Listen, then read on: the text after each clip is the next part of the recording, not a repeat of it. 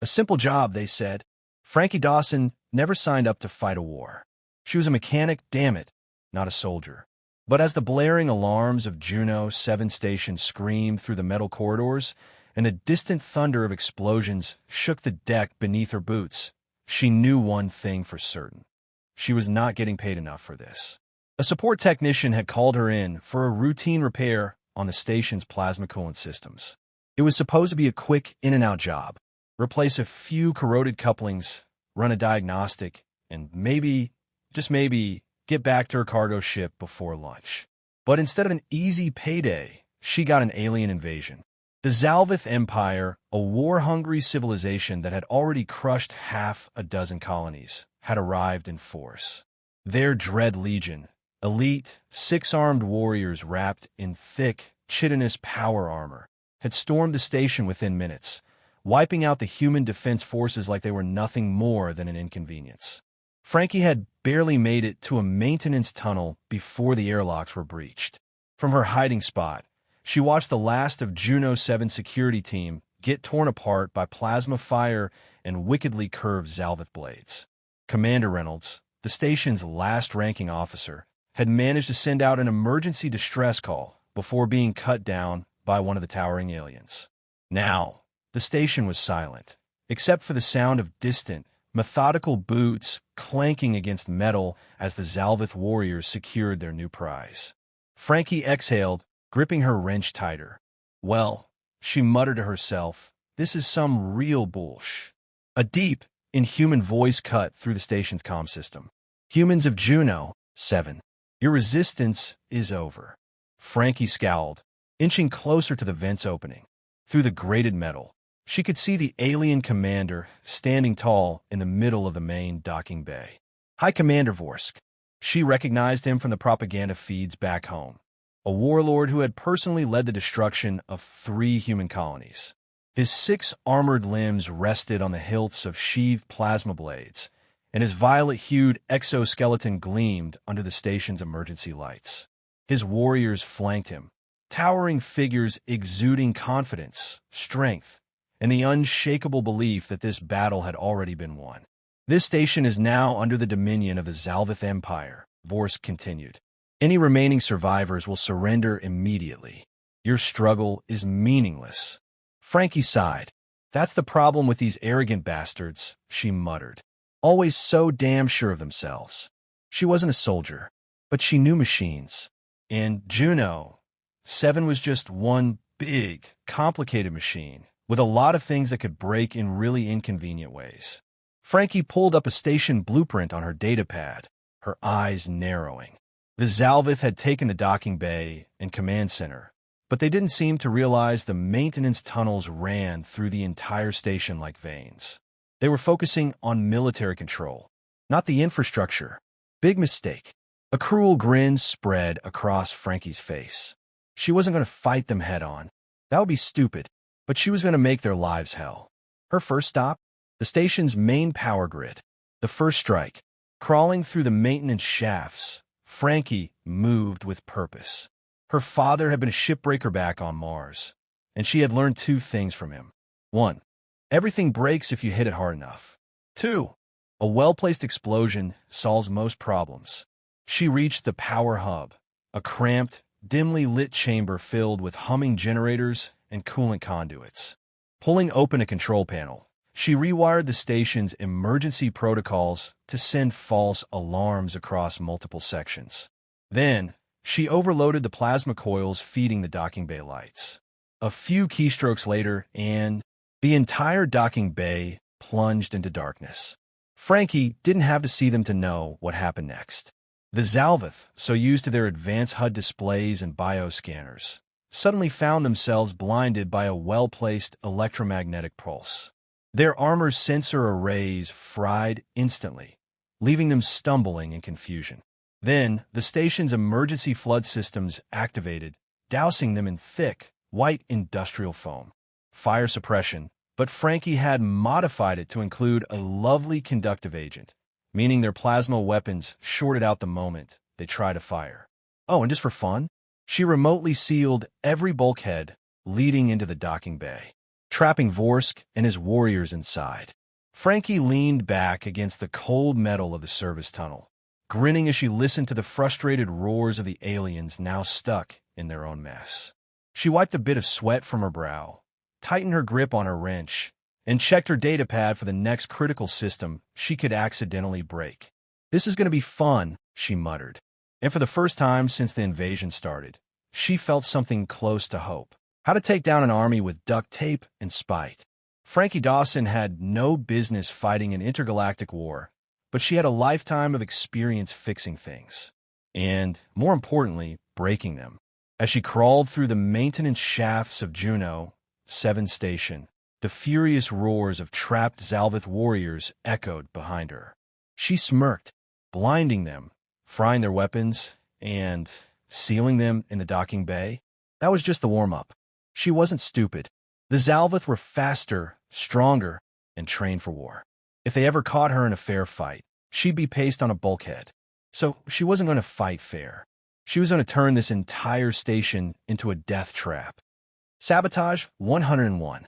Frankie's next stop was the atmosphere control system, a tightly packed array of pipes, circuits, and ancient-looking valves stuffed inside a small, low-ceiling chamber. The Xalveth required a specific oxygen-nitrogen mix to function at full capacity. Their bodies weren't used to sudden shifts in air pressure. Convenient. Using her multi-tool, Frankie hacked into the system's regulator controls, flooding select sections of the station with higher concentrations of carbon dioxide, just enough to make the warriors lightheaded and sluggish. Wouldn't kill them, just make them dumber and slower. Then, for fun, she overrode the gravity stabilizers in a few key hallways, turning them into zero-G zones where the Xalveth would be forced to float helplessly. And to top it all off, she rerouted the station sanitation system. So now, every time a Xalveth tried to access a control panel, they'd get hit with a pressurized spray of recycled wastewater. Juvenile? Maybe. Effective? Hell yes. The hunt begins. Frankie knew it wouldn't take long before the Xalveth adjusted. High Commander Vorsk was no fool. He was ruthless, intelligent, and very, very pissed off. Trapping his best warriors and sabotaging his systems wasn't going to stop him. It was just going to make him try harder to find her. And sure enough, within an hour, Frankie picked up a transmission on her stolen Xalveth comm device. The human saboteur is a technician. They're using the station's systems against us. Track them down. Tear them apart. They were coming for her. But that was fine, because she had one last surprise waiting for them. Frankie versus the elite hunters. The first real threat came in the form of 2 Xalveth hunters, elite scouts, trained in infiltration and assassination. They were smaller than the regular warriors, but faster, and their armor was sleeker, built for stealth. Frankie spotted them on a security feed moving through the maintenance corridors, using their infrared vision to track heat signatures.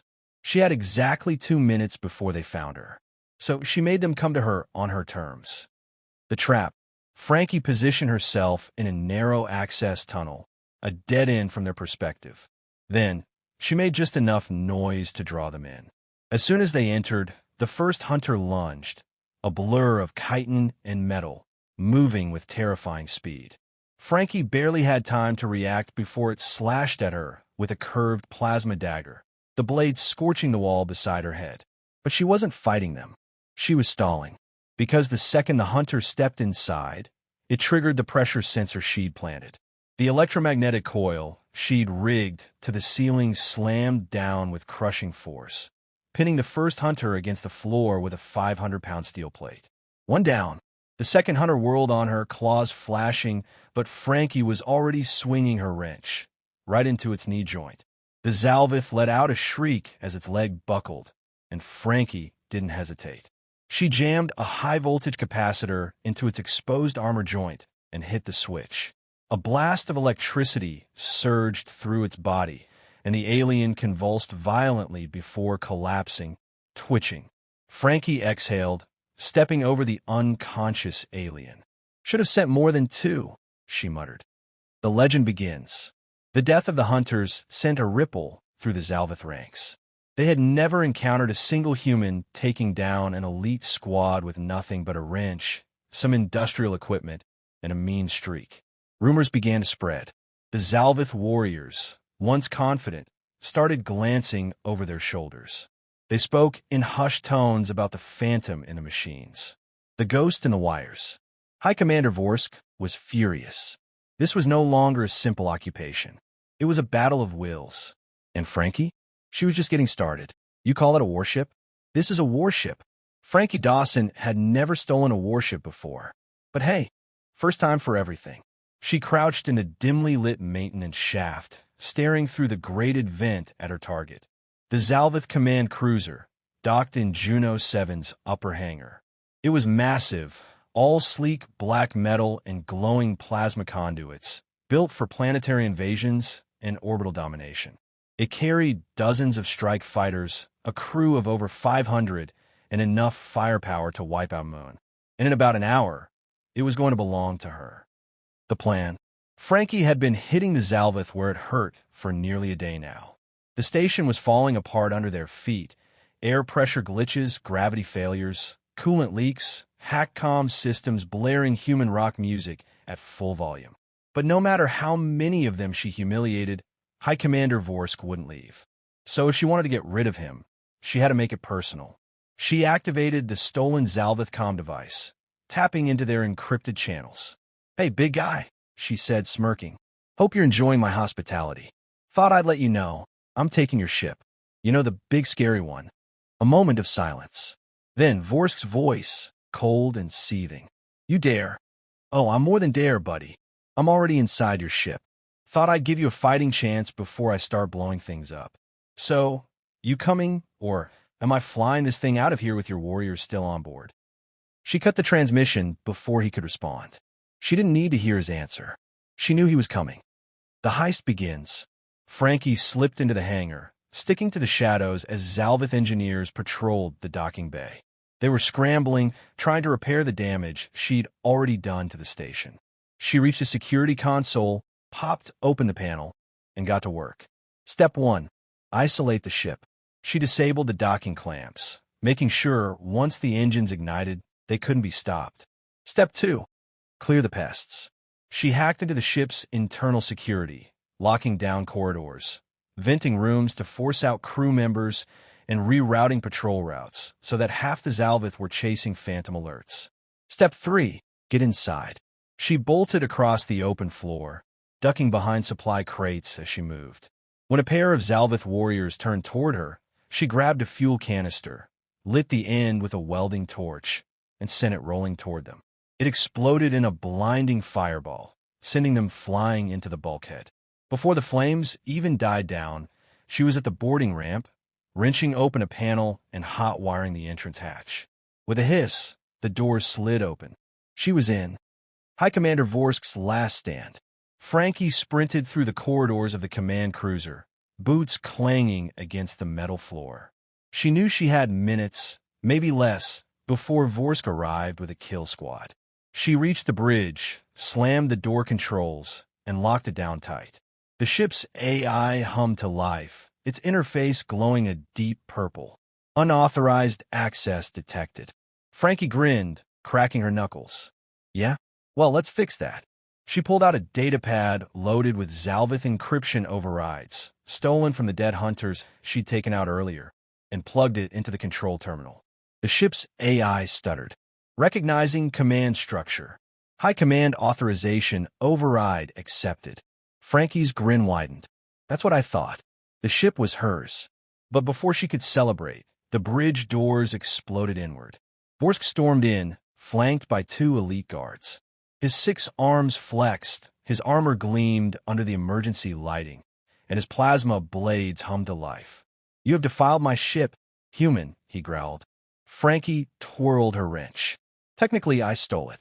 You're just mad because I did it with a busted toolkit and a bad attitude." Vorsk charged. Frankie versus Vorsk. The first blow came fast, a plasma blade slicing through the air where her head had been a second ago. Frankie ducked, rolled, and came up swinging. Her wrench smashed into his lower right arm, denting his armor but not breaking it. Vorsk retaliated with a brutal backhand, sending her crashing into the console. Her vision blurred. Pain exploded in her ribs. But she forced herself up, spitting blood onto the floor. "That all you got?" she taunted. Vorsk's mandibles curled in rage. He swung again. This time, she sidestepped, grabbed a loose power conduit, and slammed it against his armor. Electricity arced through him, sending his body convulsing. Frankie didn't hesitate. She grabbed her wrench with both hands and brought it down on his skull with everything she had. Crack! Vorsk collapsed, groaning. His warriors hesitated, and Frankie, panting, turned to the ship's controls. "AI," she commanded. "Initiate launch sequence." Confirmed. The engines roared to life. Frankie kicked Vorsk's blade away and leaned over him. "You should have brought more guys." With a final shuddering lurch, the stolen warship blasted out of Juno 7's hangar, leaving the Xalveth forces leaderless, humiliated, and stranded. And Frankie? She was taking her new ride for a spin. The wrench that broke an empire. Frankie Dawson had never piloted an alien warship before. But then again, she'd never fought an entire invasion force with a wrench, either. And she was still standing. The Xalveth Command cruiser roared out of Juno 7's shattered hangar, thrusters blazing as it sped into open space. Frankie gripped the control panel, staring at the rapidly shrinking station below. Behind her, High Commander Vorsk lay motionless on the floor, unconscious but still breathing. His elite guards had retreated the second she'd fired up the engines, probably deciding they didn't get paid enough to die today. But Frankie didn't have time to celebrate, because the Xalveth fleet was already moving. The chase begins. Alert! Multiple hostile lock ONS detected. The ship's AI pulsed a warning, displaying a dozen red blips on the scanner. The rest of the Xalveth warships, cruisers, interceptors, and gunboats, had realized what was happening, and they were not happy. Frankie cursed under her breath. "All right, big guy, what kind of firepower do you have?" She tapped into the weapons system, her eyes widening as the interface lit up with an impressive array of destruction. Plasma cannons, ion disruptors, missile bays, a damn gravity lance. "Oh, you were compensating for something," she muttered, admiring Vorsk's personal arsenal. The fleet opened fire. Streams of green plasma bolts streaked toward her, lighting up the darkness of space. The ship's shields flared, absorbing most of the blasts, but Frankie could already see the energy levels dropping. She grabbed the control stick and did the only thing that made sense. She punched the engines to full throttle and flew straight at them, dodging death, one barrel roll at a time. The Xalveth fleet hadn't expected that. Instead of retreating, Frankie took the cruiser into a chaotic, spiraling maneuver, dodging incoming fire by sheer reckless instinct. The ship was too big to move like this, but she didn't care. She rode the turbulence, weaving between blasts with all the grace of a mechanic who'd been duct-taping ships together her whole life. A squadron of Xalveth interceptors closed in, fast and nimble, ready to tear her apart. Frankie flipped a switch and activated the rear missile tubes. 6 homing warheads fired. The interceptors scattered, but 2 weren't fast enough. The explosions rocked the void, sending flaming debris spiraling off into nothingness. She grinned. Not bad for a first-timer. Then the flagship fired its main cannon. The shockwave sent the stolen cruiser spinning out of control, alarms blaring. The ship shuddered, power flickering. Frankie gritted her teeth, fighting to stabilize the controls. She needed an out. Fast. A madwoman's plan. Her eyes flicked to the star map. There, just a few thousand kilometers away, a dense asteroid field. Perfect. She slammed the thrusters forward. The Xalveth warships pursued, unleashing barrage after barrage of plasma fire, but Frankie angled the ship into the asteroid belt, dodging between massive, tumbling rocks. The enemy ships hesitated. The larger cruisers couldn't follow without risking collision. But the interceptors? They kept coming. Good. Frankie activated the gravity lance. A massive gravitational pulse erupted from the ship's hull, catching a cluster of asteroids in its pull. They accelerated like missiles, slamming into the pursuing interceptors. 3 were destroyed instantly. The rest broke formation, their pilots scrambling to dodge. Frankie took the opportunity to charge up the plasma cannons. Boom! A blast of blue-white energy streaked through the void, catching a gunboat in the side.